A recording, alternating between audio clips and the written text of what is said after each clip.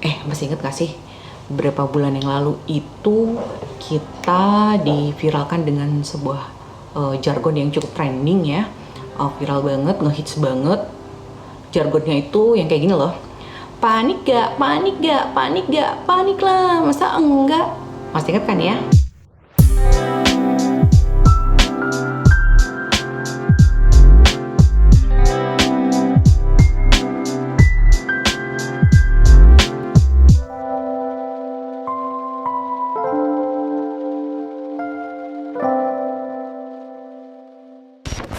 Assalamualaikum warahmatullahi wabarakatuh. Selamat pagi, siang, sore, malam untuk semua sahabat Cahaya Loka yang ada dimanapun. Balik lagi di Cahaya Loka bersama saya Kak Galuh. Jargon ini tuh lumayan viral ya, sampai banyak juga yang bikin konten video ya, entah itu di YouTube ataupun TikTok menggunakan jargon ini. Sampai saking viralnya nih, jargon ini itu sampai dibikinin lagu sama Master Mashup Indonesia, yaitu Kakak Eka Gustiwana. Tahu dong kan ya yang mana orangnya? Ya, beliau ini memang jago banget ya berkecimpung di dunia permasapan. Aku tahu karyanya tuh udah sejak 8 tahunan yang lalu ya. Jadi dia tuh sering banget bikin jargon-jargon yang fenomenal untuk dijadiin lagu-lagu, dimasapin gitu ya. Oke, nah jargon ini sendiri sebenarnya diviralkan pertama kali oleh Kakak Leo Marpi, seorang atlet e-sport Mobile Legends. Nggak begitu tahu sih tentang Mobile Legends itu apa, tapi yang pasti beliau yang mempopulerkan pertama kalinya pada saat beliau mengikuti game tersebut ya bersama teman-temannya. Panik gak? Panik gak? Panik gak? Panik lah, masa enggak? Pertanyaannya nih, kenapa ya jargon itu bisa jadi viral banget? Sebenarnya gini teman-teman, tanpa sadar nih, kita cenderung lebih menyetujui, mengiyakan, bahkan mengulang-ulang perilaku yang sebenarnya itu relate sama kehidupan kita sehari-hari. Nah, kita tahu kan ya, kita ini sekarang ada di era digital yang mana perubahan itu terjadi dengan sangat cepat. Apa yang trending bulan lalu itu bisa berubah lagi di bulan ini, bahkan bulan berikutnya. Contohnya lagi, misalnya kita hari ini beli HP dengan spesifikasi yang kita inginkan gitu ya, entah itu mereknya iPhone, Samsung ataupun Oppo dan mungkin HP yang lainnya.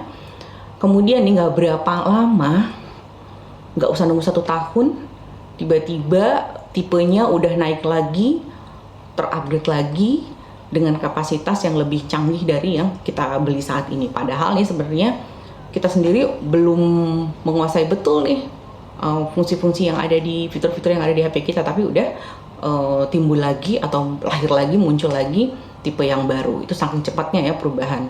Atau yang paling terasa banget nih teman-teman, yaitu acara TV. Kalau dulu nih kita pengen nonton acara TV aja, itu kita memang mau nggak mau harus nunggu jadwal tayang dari TV yang kita ingin tonton ya. Misalnya nih contohnya sinetron Tersanjung, aduh ketahuan banget ya ini, saya tahun berapa lahirnya. Itu kalau misalnya dijadwalkan tayang hari Selasa, ya udah mau nggak mau kalau kita ingin tahu lanjutan ceritanya ya kita harus nunggu Selasa depannya gitu kan. Atau kalau misalnya kita ketinggalan ceritanya di Selasa depannya gitu ya berarti kita nggak bisa tahu nih kelanjutannya apa, harus nunggu lagi kelanjutannya di pekan berikutnya. Tapi hari ini itu bisa kita atasin kan ya, kita bisa mengakses banyak banget acara, kita bisa melihat atau menonton tayangan yang bahkan mungkin di luar dari jadwal yang ditayangkan gitu ya, kapanpun dimanapun kita mau, bahkan berjam-jam kita bisa melakukan itu ya, dengan mencarinya di channel YouTube gitu kan, atau mungkin dengan berlangganan channel-channel TV ya yang sekarang udah banyak banget kayak Netflix, Disney dan lain sebagainya yang menyajikan begitu banyak serial-serial tayangan TV yang bisa kita tonton kapan saja kita mau gitu ya. Nah, kayaknya kedengarannya itu mudah ya buat kita, membuat kita menjadi lebih mudah mengakses tayangan-tayangan tersebut. Tapi sebenarnya loh teman-teman, situasi ini tuh agak mengerikan ya. Bahkan bisa membuka celah untuk tumbuhnya mental panik. Kok bisa? Jadi gini teman-teman, tadinya kita berpikir dengan mudahnya kita mengakses begitu banyaknya tayangan yang ada di channel-channel YouTube ataupun TV berlangganan, kita bisa mengakses itu kapan saja kita mau. Dan ketika kita nonton itu kemudian terhibur gitu ya, maka kita akan cenderung untuk terus mengulangi menonton gitu ya seri-seri itu, tayangan-tayangan itu, kelanjutannya seperti apa gitu. Kita pengen tahu. Apalagi sekarang ini dunia medsos ya adalah sebuah industri yang besar di mana orang-orang berlomba untuk menyajikan tayangan yang sifatnya wah ya, kemudian menarik gitu ya, sehingga orang berbondong-bondong untuk menonton. Nah, tontonan-tontonan itu jadi dikemas dengan begitu menarik ya teman-teman, sehingga rasanya karena kita tertarik nih, kita nggak cukup nonton sekali 2 kali saja. Yang tadinya kita berpikir kita yang bisa mengendalikan, lama-kelamaan justru mereka lah yang menuntut kita untuk terus mengikuti apa yang mereka sajikan. Nah, ini kalau nggak bisa dikontrol dengan baik, agak bahaya juga ya. Karena jadi kendalinya bukan di diri kita, tapi malah justru pada tayangan-tayangan berikut. Dan kita juga dengan melakukan hal itu ya, jadi merasa cemas ataupun panik seandainya kita nggak bisa ngikutin nih kelanjutan dari tayangan-tayangan tersebut, karena kita merasa diri kita nggak terupdate.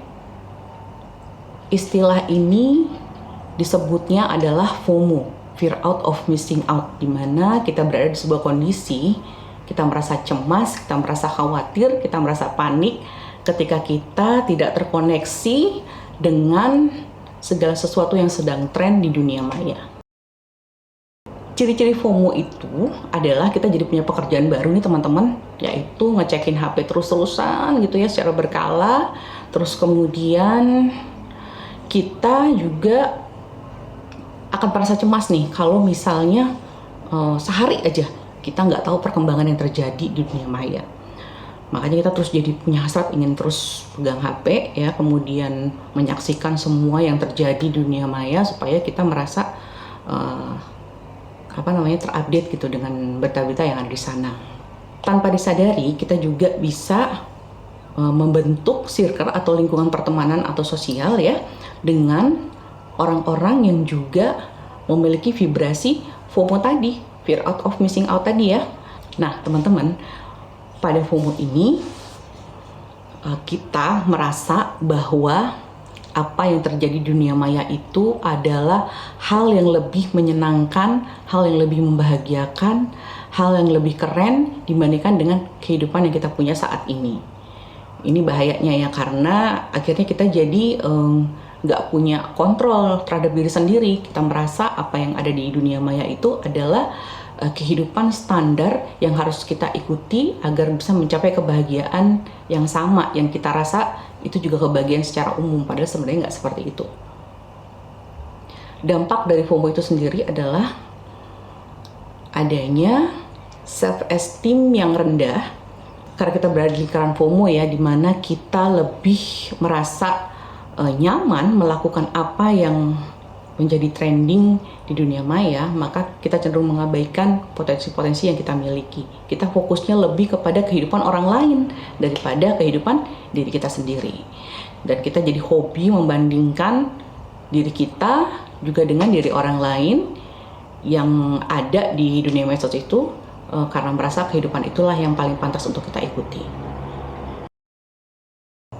Manajemen emosi kita juga jadi kurang berkembang karena kita cenderung mengikuti respon yang dilakukan oleh mereka yang ada di dunia maya, dan kita menganggapnya itu adalah respon yang bisa kita ikuti. Contohnya, misalnya ada seorang yang menayangkan bahwa dirinya itu sedang kesel, sedang nggak enak hati gitu ya, sedang sebel sama sesuatu, lalu dia mencoba untuk menghilangkan kekesalan itu dengan cara memesan makanan yang sangat banyak banget gitu ya, di luar dari kebutuhan yang dia sebenarnya butuhkan gitu loh.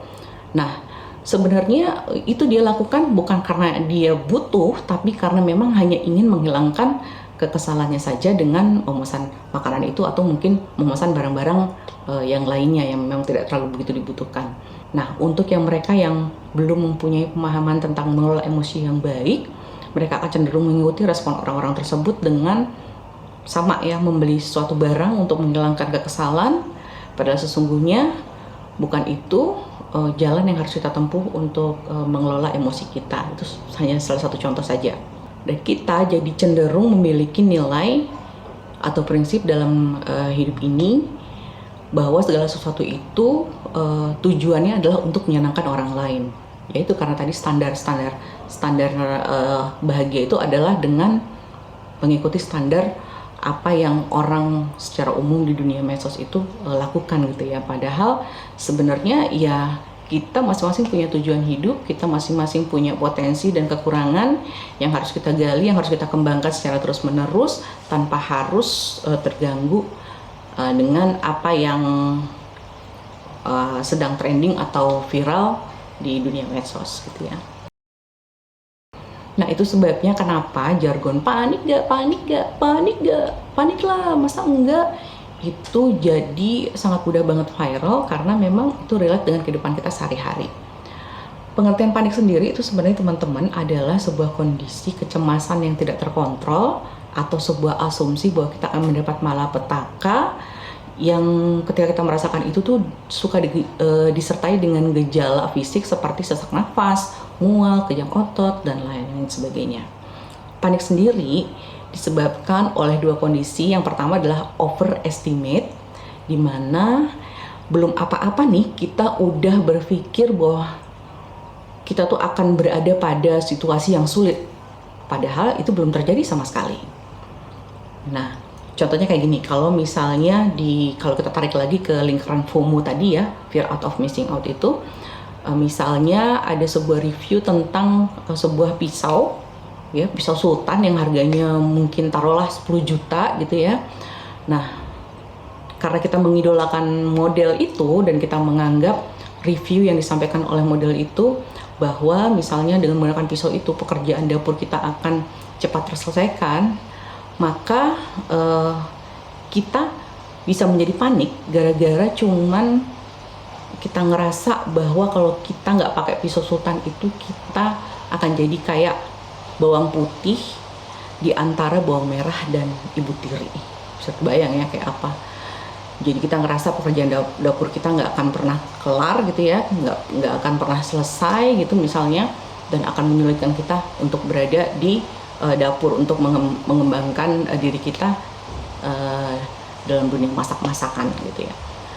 Nah, hal ini menimbulkan kecemasan dan kepanikan gitu, karena ya itu tadi standarnya tuh ya udah semuanya akan terasa lebih mudah kalau menggunakan pisau sultan itu. Padahal sebenarnya kan nggak juga.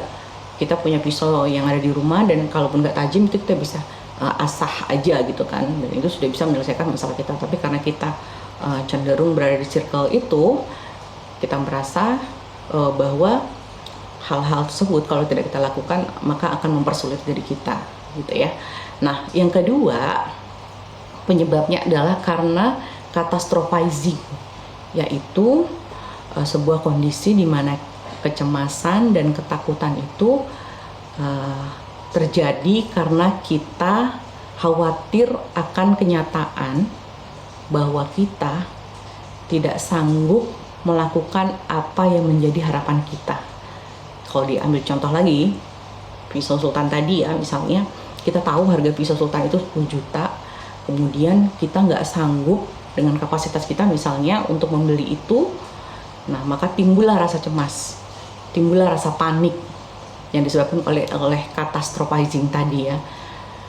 Kita tahu kita merasa akan terjadi kesulitan kalau kita nggak punya pisau sultan itu, makanya kita berangan-angan untuk bisa punya. Nah, di tahap keduanya kita akan menjadi lebih panik saat kita tahu sebenarnya kita nggak punya kapasitas untuk membeli pisau itu karena harganya sangat mahal. Itu hanya satu contoh saja, bisa dianalogikan dengan contoh-contoh yang lain. Fight back FOMO dengan JOMO, yaitu joy of missing out. Sebuah kondisi di mana kita akan ngerasa baik-baik saja, it's okay dengan keadaan yang kita sekarang, bersyukur dengan keadaan kita yang sekarang. Karena Kita tidak membanding-bandingkan kehidupan kita dengan kehidupan yang terlihat mewah ya di dunia medsos sana, dan menjadikan itu sebagai standar kehidupan kita. Dengan JOMO, Joy of Missing Out, kita jadi punya waktu lebih untuk mengenali diri kita, potensi kita, kekurangan-kekurangan kita, lalu kemudian kita juga semakin mantap untuk meraih tujuan yang sudah kita buat, kemudian menjadi bermanfaat buat masyarakat sekitar. JOMO atau Joy of Missing Out ini sebuah kondisi di mana kita bisa membedakan antara kenyataan yang sedang kita hadapi saat ini berbeda dengan apa yang terjadi di medsos yang oleh banyak orang dijadikan sebagai standar dalam kehidupannya. Bukan berarti dengan melakukan JOMO kita tidak memiliki akses sama sekali dengan dunia maya, tetapi kita bisa lebih tahu kapan kita harus mulai, kapan kita harus berhenti, kapan kita bisa mengambil hikmah dari semua tayangan tersebut menjadi sebuah perubahan yang lebih baik, kapan kita tidak mengambilnya karena contoh itu tidak bisa kita pakai dalam kehidupan sehari-hari kita, dan kita tidak terpengaruh oleh tren yang ada di medsos, menjadi lebih fokus terhadap diri sendiri dan bisa mengembangkan minat pribadi kita. Hari ini semua hal terkoneksi secara digital, semuanya ada dalam genggaman tangan kita. Tinggal kita yang bisa tentukan pilihan apakah kita mau menggenggamnya dengan erat, renggang, atau bahkan tidak menggenggamnya sama sekali sesuai dengan apa yang kita rasakan dan apa yang kita pikirkan. Setelah nonton vlog ini, apa yang teman-teman rasakan? Tulis komennya ya di bawah ya. Apakah kita masih merasa panik gak? Panik gak? Panik gak? Enggak lah, masa iya? See you at next vlog. Assalamualaikum warahmatullahi wabarakatuh.